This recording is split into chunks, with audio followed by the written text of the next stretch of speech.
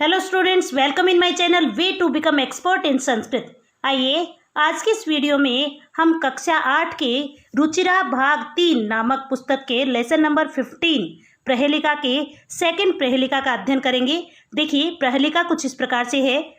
सीमंतनिषु का शांता, राजा को अभूत गुणोत्तमः, विद्वद्भि का सदा वंद्या, अत्रैवोक्तम न बुध्यते। ध्यान से समझे इसको। सीमंतनिषु, सीमंतनिषु मीन्स स्त्रियों में, नारियों में, औरतों में। का मीन्स कौन, शांता मीन्स शांत स्वभाव वाली है। नारियों में कौन शांत स्वभाव से युक्त है, अर्थात स्त्रियों में शांत स्वभाव से, शीलता से, गुणता से संपन्न कौन नारी है।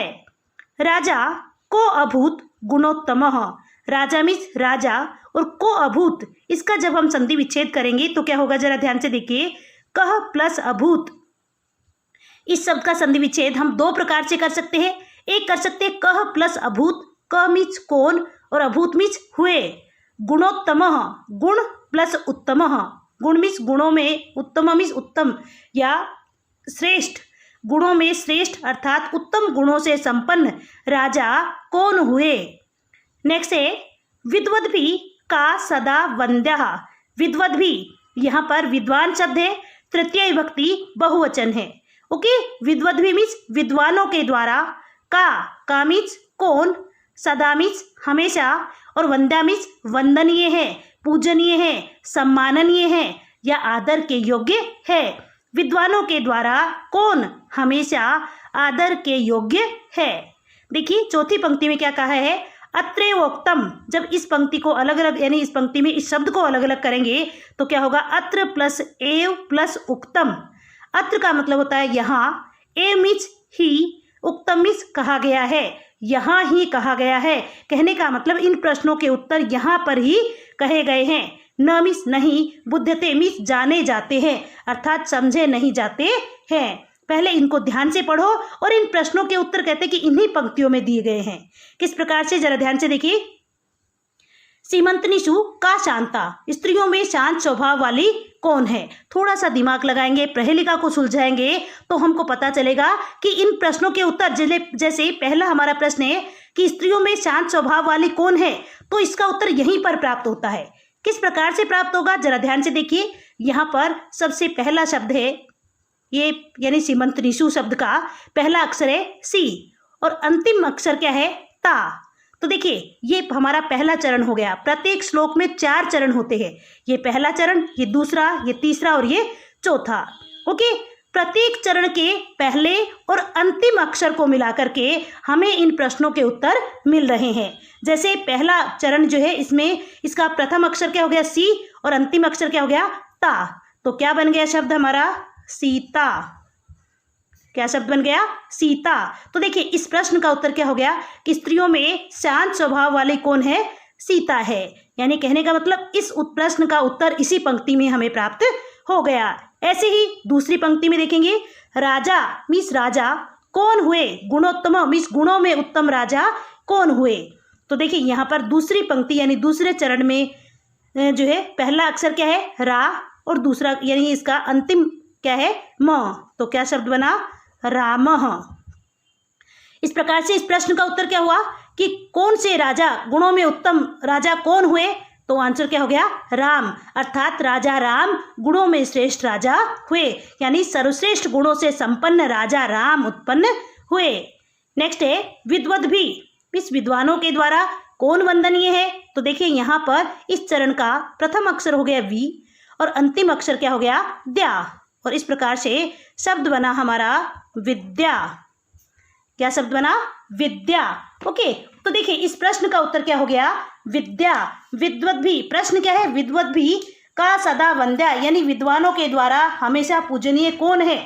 विद्वद्भि का सदा वंद्या, विद्वानों के द्वारा सदैव पूजनीय कौन है, आंसर क्या हो गया, विद्या। यानी विद्वानों के द्वारा हमेशा विद्या का सम्मान किया जाता है, विद्या की पूजा की जाती है। इस प्रकार से ये जो लास्ट चरण है इसमें कहा है, यहाँ पर ही कहा गया है, हम नहीं जानते हैं। इस प्रकार से हमने अपनी सूझबूझ से, अपने दिमाग के, बुद्धि के आधार पर इन तीनों प्रश्नों के उत्तर यहीं पर ज्ञान प्राप्त कर लिए, अर्थात तीनों के उत्तर यहीं पर जान लिए। अब देखिए इस प्रश्न का भावार्थ कैसे लिखेंगे। सबसे पहले प्रसंग लिखेंगे इसका। देखिए सबसे पहले जैसे इससे पहले वाली वीडियो में मैंने संदर्भ के बारे में बता दिया था और बता दिया था कि किस प्रकार से किसी भी श्लोक का या प्रहेलिका का भावार्थ कैसे लिखते हैं। तो सबसे पहला हमारा चरण होता है संदर्भ लिखने का, जिसमें ये बताया जाता है कि पुस्तक का नाम, पाठ का नाम, लेसन का नाम और ये कहाँ से ली गई है, ये सारी बातें हमें संदर्भ में बतानी होती है। तो जो पहले वाला जो पहली प्रहेलिका का जो संदर्भ है वो सेकंड वाले में भी वैसे ही रहेगा। अब मैं यहाँ पर प्रसंग लिख करके बता रही हूँ। दूसरा जो है हमारा होता है प्रसंग।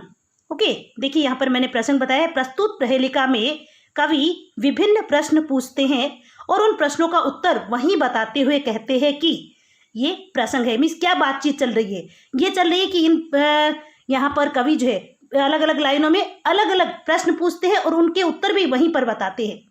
ओके, फिर उसके बाद तीसरा पॉइंट लिखेंगे हम अर्थ। अर्थ में क्या है, देखिए यहाँ पर जैसे मैंने आपका अर्थ ऊपर बता दिया था वैसे ही मैंने अर्थ ऐसे कैसे लिखा है। स्त्रियों में कौन शांत है, गुणों में उत्तम राजा कौन है, विद्वानों द्वारा सदैव वंदनीय कौन है, और यहाँ ही कहा गया है जाना नहीं जाता है। देखिए जैसे इसका अर्थ लिखेंगे कि स्त्रियों में कौन शांत है, गुणों में उत्तम राजा कौन है, विद्वानों द्वारा सदैव वंदनीय कौन है, यहाँ ही कहा गया है जाना नहीं जाता है। उसके बाद में नेक्स्ट पॉइंट होगा हमारा भावार्थ का। किसका होगा, भावार्थ का। नेक्स्ट हम भावार्थ लिखेंगे। देखिए भावार्थ किस प्रकार से लिखेंगे, ये जो अर्थ है इसी को थोड़ा एक्सप्लेन करना होता है, उसको क्या कहते हैं, भावार्थ। अर्थात कहने का मतलब यहाँ पर केवल लाइनें लिखी हुई है, सिंपल सेंटेंस लिखे हैं, उनको और एक्सप्लेन करना, एग्जामिनर को अच्छे से समझाना ही भावार्थ कहलाता है। कहने का मतलब कि एग्जामिनर को ये बताना कि यहाँ इस प्रहेलिका में कवि क्या कहना चाहते हैं और किस प्रकार से बताना चाहते हैं। ओके, यहाँ पर देखिए भावार्थ। प्रस्तुत प्रहेलिका की प्रथम पंक्ति में कवि प्रश्न पूछते हैं कि नारियों में शांत स्वभाव की नारी कौन है। नारियों में शांत स्वभाव की नारी कौन है। कवि प्रहेलिका की दूसरी पंक्ति में प्रश्न पूछते हैं कि इस पृथ्वी पर स्थित सर्वगुण संपन्न अर्थात सभी में उत्तम गुणों से युक्त राजा कौन है। तीसरी पंक्ति में कवि प्रश्न पूछते हैं कि हे मनुष्यों, इस संसार में विद्वानों के द्वारा किसकी वंदना या पूजा या सम्मान किया जाता है। कवि प्रहेलिका की चौथी पंक्ति में कहते हैं कि इन तीनों प्रश्नों के उत्तर इसी प्रहेलिका में दिए गए हैं। देखिए कवि क्या कहते हैं कि ये जो तीन प्रश्न हैं, प्रारंभ में पूछे गए तीनों प्रश्नों के जवाब इसी प्रहेलिका में दिए गए हैं। प्रत्येक पंक्ति का प्रथम व अंतिम अक्षर मिलाकर हम उस प्रश्न का उत्तर प्राप्त कर सकते हैं। कैसे, जैसे प्रथम चरण का प्रथम अक्षर सी है, वह अंतिम ता है। इस प्रकार से सीता बना। क्या बना, सीता बना। अतः प्रथम प्रश्न का उत्तर सीता है। स्त्रियों में शांत स्वभाव की सीता है, यानी प्रश्न का उत्तर क्या हो गया कि स्त्रियों में शांत स्वभाव वाली कौन है, सीता है। इसी प्रकार दूसरे चरण के प्रथम व अंतिम अक्षर को मिलाकर रामः बना। क्या बना, रामः बना। इस प्रकार दूसरे प्रश्न का उत्तर राम हुआ, अर्थात गुणों में उत्तम राजा राम है। तीसरे चरण का प्रथम व अंतिम अक्षर मिलाकर विद्या बना, अतः विद्वानों द्वारा सदा विद्या वंदनीय है। हमेशा कौन वंदनीय है, विद्या वंदनीय है। तो इस प्रकार से देखिए तीनों प्रश्नों के उत्तर, प्रथम प्रश्न का उत्तर हो गया सीता, दूसरे का हो गया राम और तीसरे का हो गया विद्या। ओके, उसके बाद हमारा इसका यानी जो है नेक्स्ट जो पॉइंट बनता है वो है व्याकरणात्मक टिप्पणी। देखिए सबसे पहला है, हमने लिया है यहाँ पर को अभूत। क्या है, को अभूत। इसका जब हम संधि विच्छेद करते हैं तो एक हो गया कह प्लस अभूत, कह प्लस अभूत, और संधि हो गई उत्व संधि। इसी शब्द का हम दूसरे प्रकार से भी संधि विच्छेद कर सकते हैं। कैसे, को प्लस अभूत, को प्लस अभूत, और यहाँ पर हम संधि का नाम देंगे पूर्व रूप।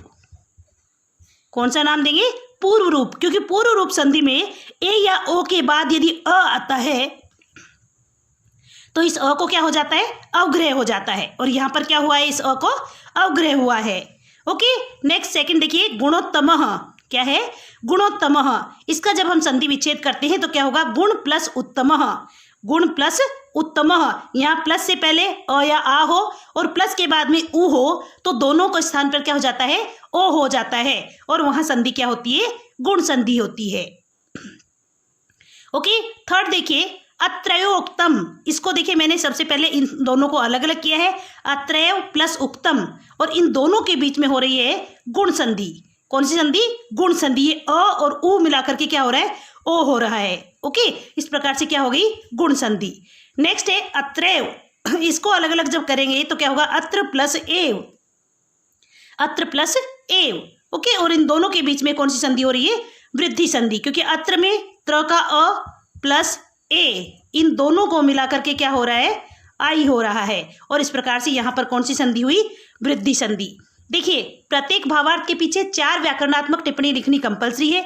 इससे ज़्यादा भी अगर आपको श्लोक में, प्रहेलिका में कहीं पर मिल रही है तो आप और भी लिख सकते हैं। इस प्रकार से व्याकरणात्मक टिप्पणी के साथ ही हम इस भावार्थ को पूरा कंप्लीट करेंगे, ताकि हम अच्छे से मार्क्स प्राप्त कर सके। अगर वीडियो आपको अच्छी लगी हो तो इसको लाइक जरूर करना। चैनल अगर अभी तक सब्सक्राइब नहीं किया है तो सब्सक्राइब करें, ताकि आगे आने वाला नोटिफिकेशंस आपको तुरंत प्राप्त हो सके, और लाइव क्लास वगैरह की सूचना भी आपको तुरंत प्राप्त हो सके। वीडियो देखने के लिए आपका बहुत बहुत धन्यवाद।